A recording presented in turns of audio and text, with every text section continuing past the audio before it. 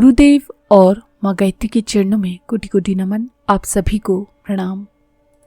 आदि शक्ति की लीला कथा में पिछले श्लोकों में महर्षि मेधा ने महाराज सुरथ को माँ के स्वरूप का बोध देते हुए कहा, हे राजन, जब वे देवताओं का कार्य सिद्ध करने के लिए प्रकट होती हैं, उस समय वे लोक में उत्पन्न हुई कहलाती हैं।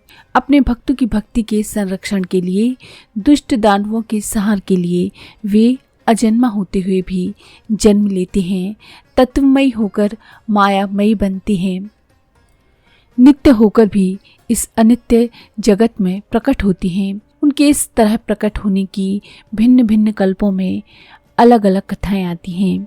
इन कथाओं में उनके नाम, रूप, गुण व लीला का अलग अलग ढंग से चित्रण होता है।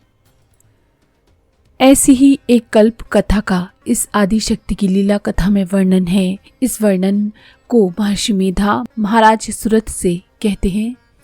दुर्गा सप्तशती के पहले अध्याय के 67वें श्लोक का अर्थ है, कल्प के अंत में जगत के एक कारण समुद्र में परिणित होने पर भगवान सबके प्रभु अर्थात स्वामी विष्णु जब शेषनाग को शैया रूप में विस्तृत कर भगवती योग निद्रा के आश्रय में चले गए, तब उनके कान के मैल से दो भयानक असुर उत्पन्न हुए जो मधु और कैटभ के नाम से विख्यात हुए।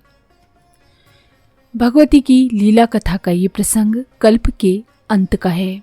सतयुग, त्रेतायुग, द्वापर युग और कलयुग, इन 4 युगों का एक महायुग होता है। इस तरह 1 सहस्त्र महायुगों का ब्रह्मा का एक दिन होता है। एक दिन या एक कल्प अथवा सृष्टि काल होता है। उसके बाद 1 सहस्त्र महायुगों की ब्रह्मा की एक रात्रि या प्रलय काल होता है। प्रलय काल में ब्रह्मा और उनके साथ उनकी सृष्टि का माया में लय हो जाता है तथा प्रलय के अंत में पुनः माया द्वारा सृष्टि का उदय होता है।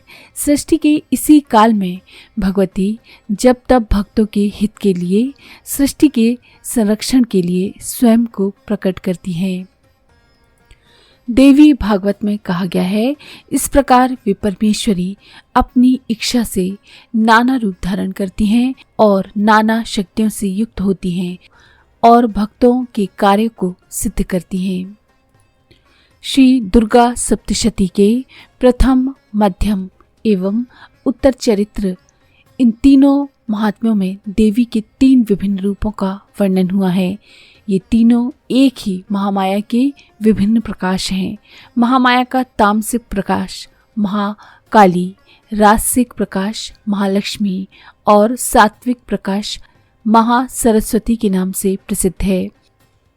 इन्हीं योग माया, योग निद्रा के ध्यान में भगवान विष्णु लीन थे। जिस शेषनाग पर व्यासीन थे वो 1000 अथवा अनंत ऊर्जाओं का प्रतीक है।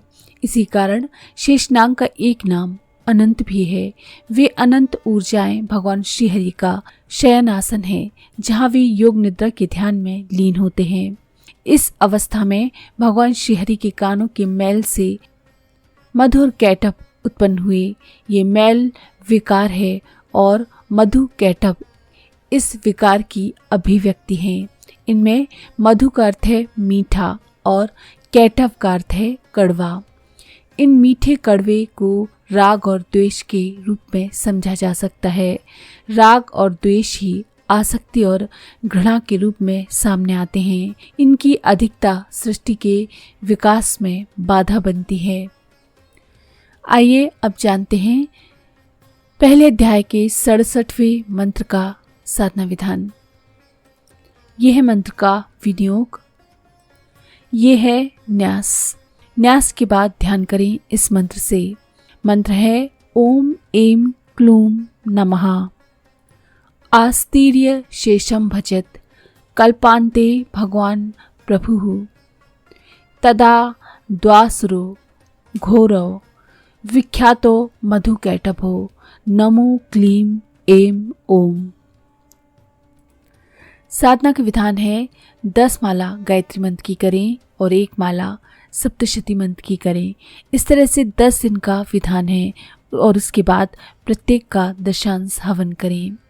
आध्यात्मिक फलश्रुति इस मंत्र को करने से होती है कि तमस का निवारण होता है और सांसारिक रूप से यानी लौकिक फलश्रुति होती है कि मन की पीड़ा का शमन होता है। गायत्री महामंत्र के साथ इस सप्तशती मंत्र की साधना के परिणाम साधक को शुभता की ओर ले जाते हैं। यदि साधना अविराम रहे, रोकी ना, मन उसमें लीन रहे तो शीघ्र ही अंतश्चेतना से तमस का निराकरण होता है। तमस के कारण मन की विकृतियां, विकार भी स्वतः ही दूर होने लगते हैं। इस क्रम में मन की पीड़ाएं दूर होती हैं, मानसिक अवरोधों का शमन होता है। इसी के साथ इसकी निरंतरता से साधक के अंतर्भाव में योग शक्ति का उदय होता है। यह अनुभूति प्रगाढ़ होने लगती है कि वो महामाया से अभिन्न व अभेद है।